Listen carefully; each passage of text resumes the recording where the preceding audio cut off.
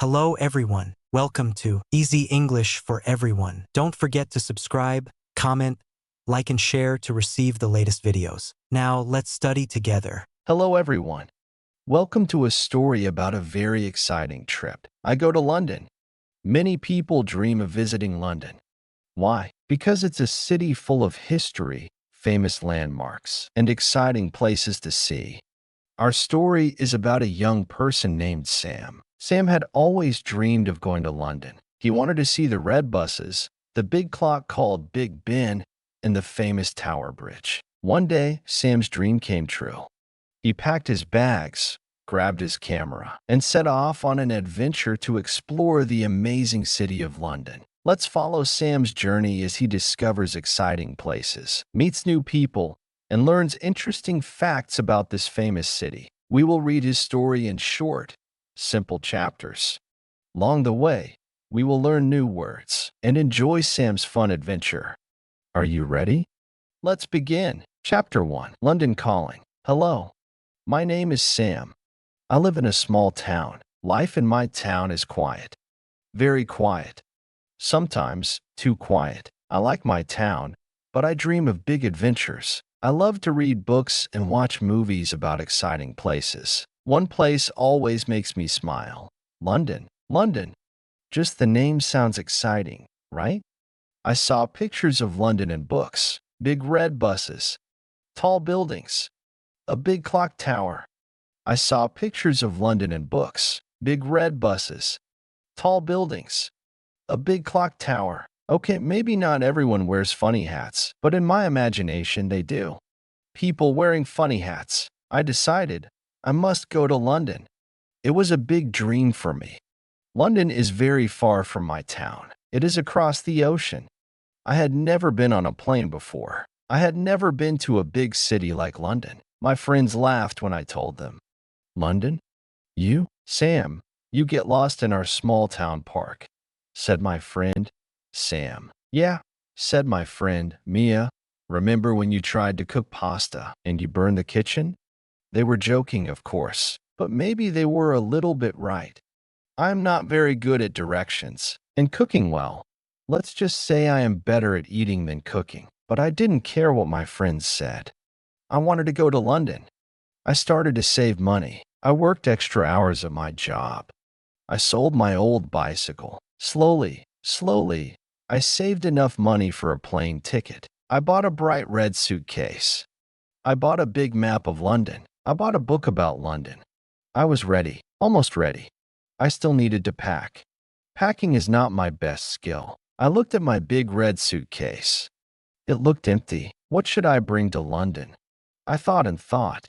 London is in England. England is famous for rain. Yes, rain.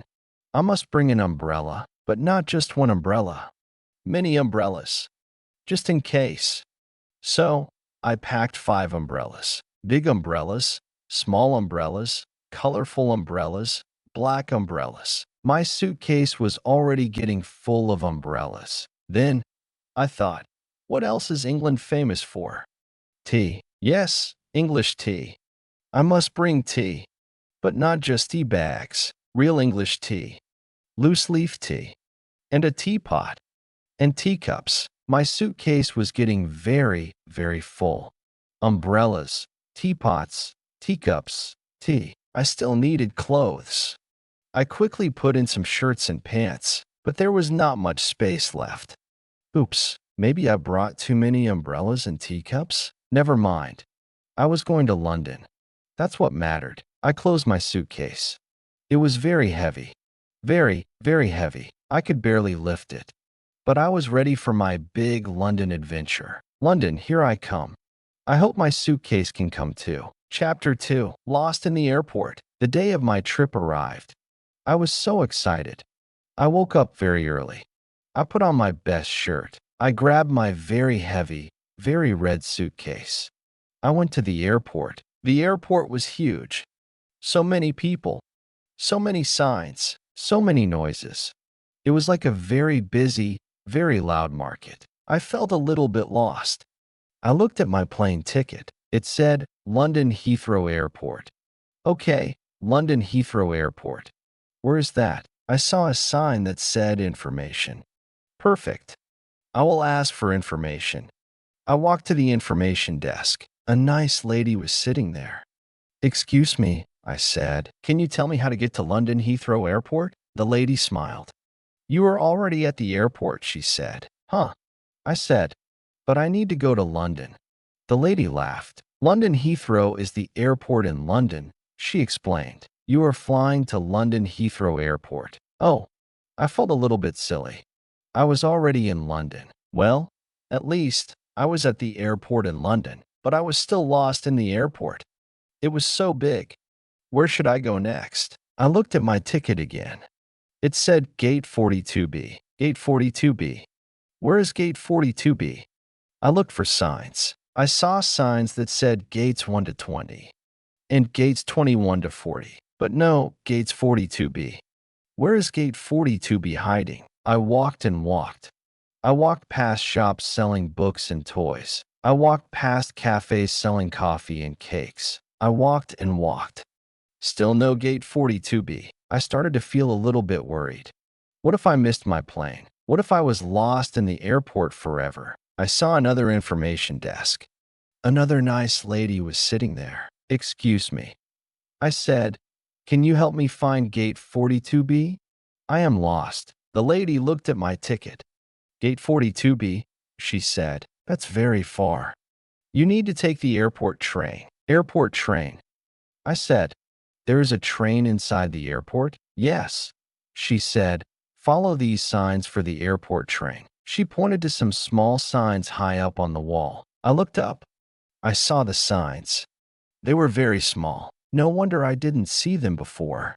I followed the signs for the airport train. I walked down a long hallway. I went down some stairs, and then I saw it. A train station. Inside the airport. Amazing. I got on the airport train.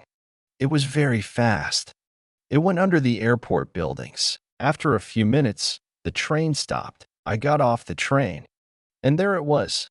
A big sign. Gates 41 to 60. Yes. Finally. Gate 42B must be close. I walked again. And finally, I found it. Gate 42B. Phew, I was not lost anymore. I was at the right gate. I showed my ticket to the person at the gate. They smiled and said, "Welcome to London. Welcome to London." I was so happy. I was finally going to board my plane to London. Even if I got a little bit lost in the airport, I made it. My London adventure was really starting now. I just hoped I wouldn't get lost in London itself. Chapter 3. Talking Funny. I arrived in London. The plane landed smoothly. I got off the plane. I walked through another big airport building. Everything looked new and shiny. I followed the signs for baggage claim. Baggage claim is where you get your suitcase after the plane trip. I waited at the baggage claim and waited and waited. People were getting their suitcases. But my bright red suitcase was not coming. Where was my suitcase? Did it get lost? Oh no, not my suitcase. Not my umbrellas and teacups. Finally, I saw it. My bright red suitcase. It was coming down the baggage belt. Phew. I grabbed my suitcase. It was still very heavy. I pulled it along behind me. Now, I needed to get to my hotel. I booked a small hotel in the center of London. I asked someone at the airport, "Excuse me, how do I get to the city center?" The person smiled and said, "You can take the tube." The tube? I said. "What is the tube?" "The underground," the person said. "It's the London subway." "Oh, the subway. I know what a subway is. It's a train that goes under the ground." "Okay, I can take the tube to the city center." Sounds easy. I followed the signs for the tube. I went down some escalators. Escalators are like moving stairs. They are fun. I went down, down, down. It felt like I was going very deep under the ground. Finally, I reached the tube station. It was busy and noisy. People were rushing everywhere. I looked at the tube map. It was very colorful and very complicated. So many lines. So many stations. It looked like a bowl of colorful spaghetti. I needed to find the line that went to my hotel. I looked at my hotel address. It said near Oxford Circus Station. Oxford Circus Station. Okay, I need to find Oxford Circus Station on this spaghetti map. I looked and looked. Finally, I found it. Oxford Circus Station. It was in the middle of the spaghetti map. Lots of lines went through Oxford Circus. Which line should I take? I saw a sign that said ticket office. Perfect. I will ask for help at the ticket office. I went to the ticket office. A man was behind the glass window. Excuse me, I said. I need to go to Oxford Circus Station. Which tube line should I take? The man looked at me. He spoke very fast, with a funny accent. I didn't understand everything he said. He said something like, take the Bakerloo line northbound to Oxford Circus, mind the gap. Bakerloo line. I said, northbound, mind the gap. What does all that mean? The man looked a little bit impatient. He spoke again, even faster. Bakerloo line, northbound, Oxford Circus, gap, Oyster card. Oyster card? Gap? Bakerloo? Northbound? It was like he was speaking a different language. I felt very confused. I'm sorry, I said. Can you speak slower? Please. The man sighed. He spoke very slowly this time. Take the Bakerloo line, he said, very slowly, word by word. It's the brown line on the map. He pointed to the colorful spaghetti map. Northbound means going north on the map. To Oxford Circus Station. Mind the gap means be careful when you get on the train. There is a gap between the train and the platform. Oyster card is a ticket for the tube. Ah, okay. Bakerloo line, brown line. Northbound, going north. Oxford Circus, my station. Mind the gap, be careful. Oyster card, ticket. I understood. Finally, thank you, I said to the man. I understand now. The man smiled. Good luck, he said. And enjoy London. I bought an Oyster card. I found the brown line, the Bakerloo line. I checked the map again. Northbound. Okay, northbound. I got on the train. I was going to Oxford Circus. I was using the tube. I was talking a little bit like a Londoner. Well, almost. I still needed to work on my mind the gap accent, but I was getting there. London was not so scary after all. It was just a little bit funny. Well, almost. I still needed to work on my mind the gap accent, but I was getting there. London was not so scary after all. It was just a little bit funny. Chapter 4. Umbrella Weather. I arrived at Oxford Circus Station. I got off the tube. I followed the signs for exit. I went up some more escalators. Up, up, up. It felt like I was going back to the surface of the earth. I came out of the tube station. Wow. Oxford Circus. It was very busy. Lots of people walking everywhere. Lots of red buses driving by. Lots of tall buildings all around. I was really in London. I looked at my map. I needed to find my hotel. My hotel was called the Happy Hedgehog Hotel. Cute name. I hoped it was a happy hotel and not too far away. I walked down the street, pulling my heavy red suitcase. I looked at the buildings. They were very old and beautiful. Some buildings were made of red bricks. Some buildings were white. Some buildings had big windows. Everything was so London. Suddenly, I felt a drop of water on my nose. Then another drop. Then another. Oh no. It was starting to rain. Of course. London and rain. I should have known. But wait. I was prepared. I had my umbrellas. 5 of them. I opened my suitcase. Which umbrella should I choose? The big blue umbrella? The small green umbrella? The colorful striped umbrella? Decisions. Decisions. I decided to take the big blue umbrella. It looked strong. It would protect me from the rain. I opened the big blue umbrella. It was very big. It covered me and my suitcase. Perfect. I started walking again, under my big blue umbrella. The rain was getting heavier. People were rushing around, opening their umbrellas. London suddenly became a city of umbrellas. Black umbrellas, red umbrellas, small umbrellas, big umbrellas. Umbrellas everywhere. I walked past a shop window. I saw my reflection in the window, me, walking under my big blue umbrella. I looked a little bit funny. The umbrella was so big. It looked like a giant blue mushroom walking down the street. I started to laugh. I must look very silly, but at least I was dry. I kept walking, looking for my hotel. I walked past a red phone box, like in the movies. I walked past a black taxi cab, also like in the movies. Everything in London was like in the movies, except for maybe the giant blue mushroom umbrella. I don't think I saw that in any movies. Finally, I saw a small sign, the Happy Hedgehog Hotel. Yes, my hotel. I was so happy to find it. I was tired from walking and pulling my heavy suitcase, and I was getting a little bit wet, even under my giant umbrella. I went inside the hotel. It was small and cozy. A nice lady was behind the front desk. "Hello," I said. "I have a reservation. My name is Sam." The lady smiled. "Welcome to the Happy Hedgehog Hotel, Sam," she said. "Let me check you in." She checked me in very quickly. She gave me a key. "Room number 7, she said, "on the second floor. There is a lift over there." She pointed to a small elevator. A lift. That's what they call elevators in London. Lift, tube, Oyster card. Mind the gap, I was learning so many new English words, and I was still only in London for a few hours. I took the lift to the second floor. I found room number 7. I opened the door.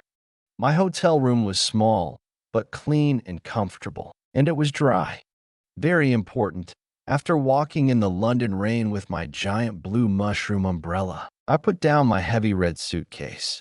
I closed my giant blue umbrella. I looked out the window. It was still raining in London, but inside my hotel room, it was warm and cozy. I smiled. I was in London, and even the rain couldn't stop my adventure. In fact, the rain made it feel even more London-wide. I was ready to explore this amazing city, rain or shine, and I had 5 umbrellas, just in case. London, get ready for Sam and his umbrellas. Chapter 5, Fish and Chips and Surprises. After settling into my hotel room, I was hungry. Very hungry. All that traveling and getting lost and walking in the rain made me work up an appetite. I wanted to try some real English food. What is English food famous for? Fish and chips. I must try fish and chips in London. Fish and chips? Yes, I asked the nice lady at the front desk. "Excuse me, where can I find good fish and chips near here?" The lady smiled. "Oh, there's a great fish and chip shop just around the corner," she said. "It's called the Chippy. Everyone calls a fish and chips shop the Chippy in London." "The Chippy?" I said. "Okay, the Chippy. Thank you." I went out of the hotel and turned the corner. And there it was, a small shop with a sign that said the Chippy. Perfect. It smelled delicious. The smell of fried fish and potatoes filled the air. My stomach rumbled. I went inside the Chippy. It was a small, busy place. It was a small, busy place. People were ordering food at the counter. The menu was written on a big board behind the counter. Fish and chips, it said in big letters. Good, that's what I wanted. I waited in line. Finally, it was my turn to order. A man behind the counter looked at me. "Next," he said. "Hello." I said, "I would like fish and chips, please." "Cod or haddock?" the man asked. "Cod or haddock?"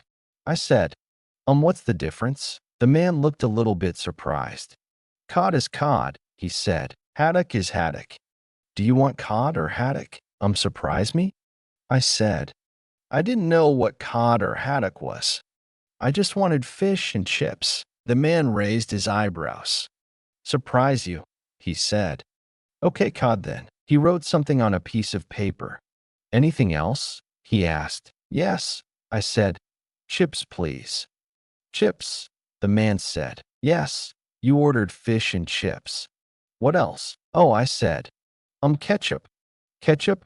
the man said. He looked at me like I was crazy. "With fish and chips?" Are you sure? Is ketchup not normal with fish and chips?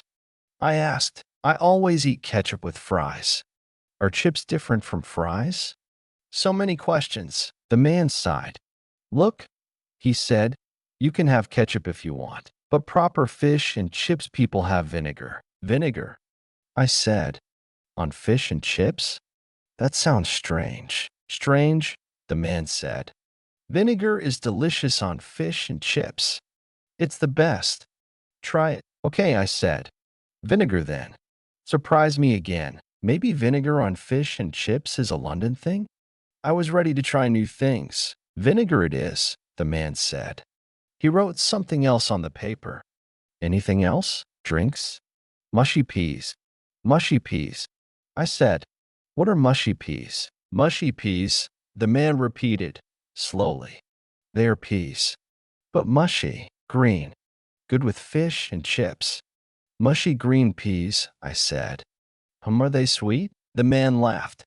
Sweet peas? No, they are peas. They taste like peas. Do you want mushy peas or not? He was getting a little bit impatient again. Okay, I said quickly. Mushy peas too. Surprise me 3 times. I was surprising myself now. Mushy peas with vinegar on fish and chips. This was going to be a very interesting meal. Right then, the man said, cotton chips, vinegar, mushy peas. Anything to drink? Just water, please, I said. I thought maybe I should keep it simple with the drink. After all these food surprises, the man told me the price. I paid. He gave me a big paper bag full of food. It smelled amazing. I found a bench outside the chippy and sat down to eat my very English fish and chips. I opened the paper bag. Wow, it was a lot of food. A big piece of fried fish, a mountain of chips, and a small container of green mushy stuff. Mushy peas. I sprinkled vinegar on my fish and chips. It smelled vinegary. I took a bite of the fish. It was hot and crispy and fishy. It was good. Then I tried the chips with vinegar. Vinegar chips. It was different. A little bit sour. But not bad. Actually, kind of good. Surprise number 2. Vinegar on chips. Finally, I tried the mushy peas. Green mushy stuff. I took a small spoonful. I tasted it. Mushy. And peasy. They tasted like peas. Surprise number 3. Mushy peas are mushy peas. Who knew?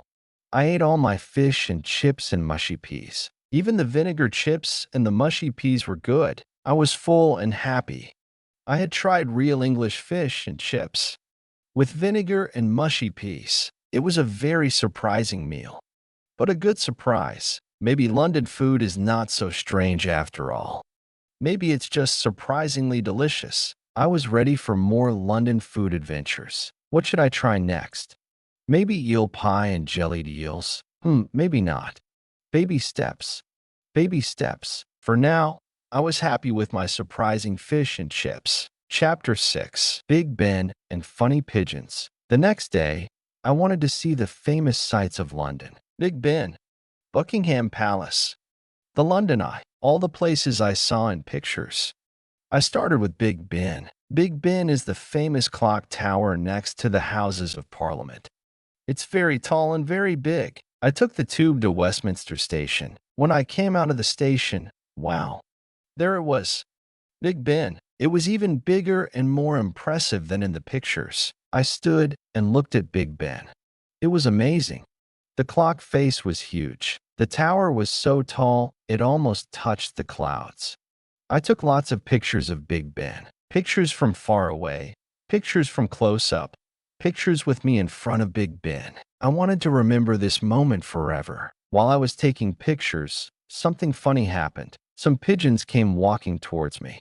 London pigeons are very brave. They are not afraid of people at all. These pigeons came right up to my feet. They were looking at me, waiting for food maybe. I didn't have any food for the pigeons, but I did have my big blue umbrella. It was a sunny day today, so I didn't need it for rain. But maybe the pigeons would like to play with my umbrella. I opened my big blue umbrella. I held it low to the ground. I thought maybe the pigeons would walk under it, like a little blue pigeon tent. But the pigeons didn't walk under the umbrella. Instead, they did something very surprising. One pigeon jumped on top of my umbrella. Yes, a pigeon was standing on my big blue umbrella. It was walking around on the umbrella fabric, like it was a little blue stage. Then, another pigeon jumped on the umbrella, and another. Soon, I had 3 pigeons walking around on my big blue umbrella. It was so funny. People walking by were laughing and pointing. They were taking pictures of me and my umbrella pigeons. I started to laugh too. It was so silly. Pigeons on my umbrella, only in London. I felt like a crazy pigeon man. But it was a fun crazy. The pigeons seemed to be enjoying themselves too. They were walking around, pecking at the umbrella, looking at the people. They were like little pigeon actors, performing on their blue stage. After a few minutes, the pigeons flew away. They flew up to the top of Big Ben. Maybe they wanted to see the view from up there. Or maybe they were going to tell all their pigeon friends about the crazy umbrella man. I folded up my big blue umbrella.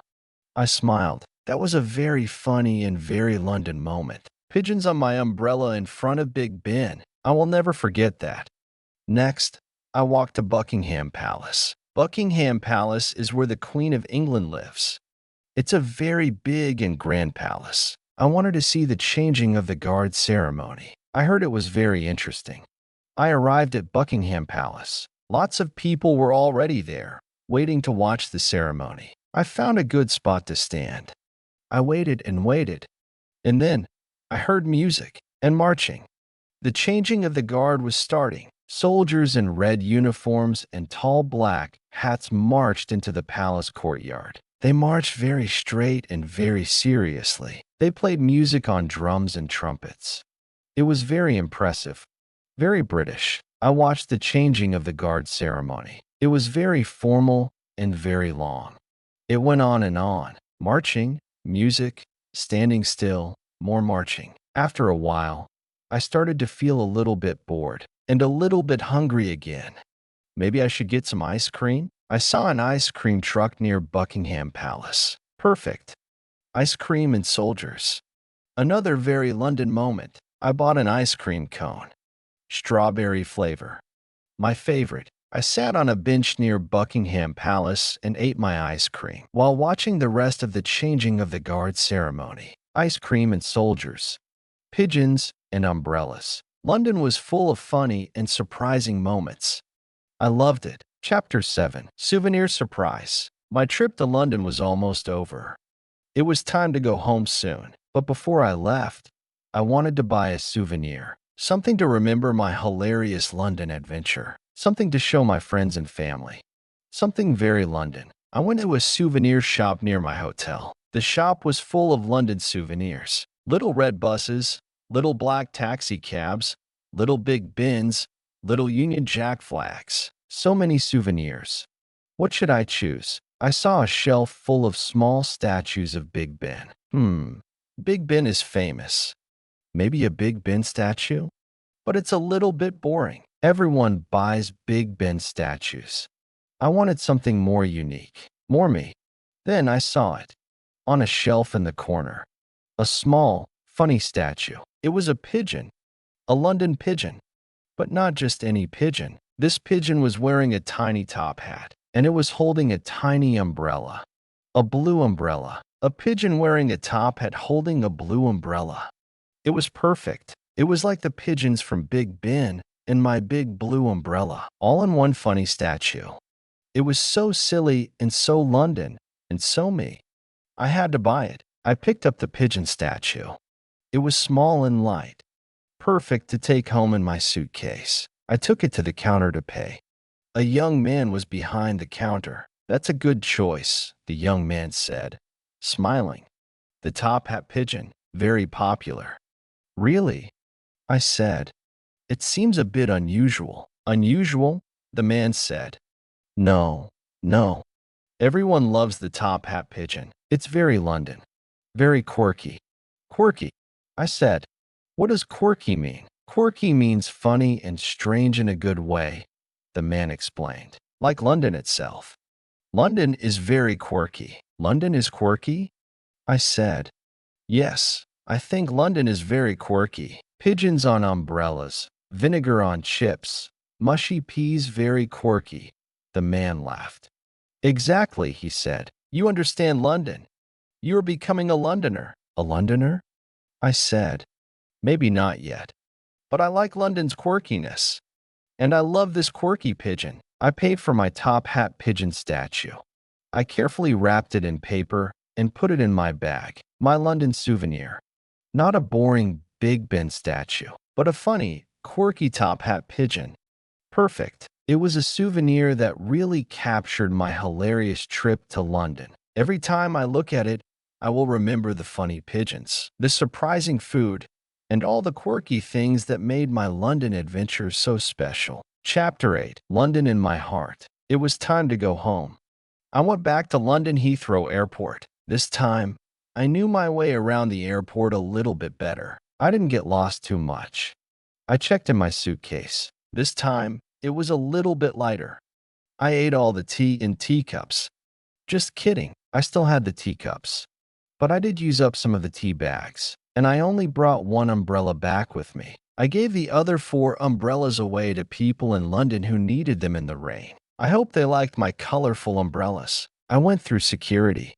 I found my gate. I waited for my plane. While I was waiting, I thought about my trip to London. It was amazing. It was funny. It was surprising. It was quirky. I saw Big Ben, Buckingham Palace, and many other famous places. I rode the tube. I ate fish and chips with vinegar and mushy peas. I made friends with pigeons. I learned new English words. I even learned to understand a little bit the London accent. I had some funny moments. Getting lost in the airport, getting confused on the tube, eating surprising food, having pigeons on my umbrella. But all these funny moments made my trip even more special and memorable. London was not just a city in pictures. It was a real place, a busy, noisy, colorful, quirky, and wonderful place, and I experienced it all. Even the rain, especially the rain, because without the rain, I wouldn't have needed my big blue umbrella. And without my big blue umbrella, I wouldn't have had pigeons on it. So, even the rain was part of my funny London adventure. My plane was ready to board. I got on the plane. I looked out the window as the plane took off. London was getting smaller and smaller below me. Goodbye, London, for now. But I knew I would come back to London again someday. I wanted to explore more of this amazing city. I wanted to try more surprising food. I wanted to see more funny pigeons. And maybe, just maybe, I wanted to get lost in the airport again. Just a little bit. Because even getting lost in London was part of the adventure. I smiled. I closed my eyes. I imagined myself back in London, walking under my big blue umbrella, eating fish and chips with vinegar, laughing at the quirky pigeons. London was in my heart now. And I knew, even back in my quiet small town, I would always have a little bit of London with me. Especially my top hat pigeon souvenir. That quirky little pigeon would always remind me of my hilarious and wonderful trip to London, and that would always make me smile.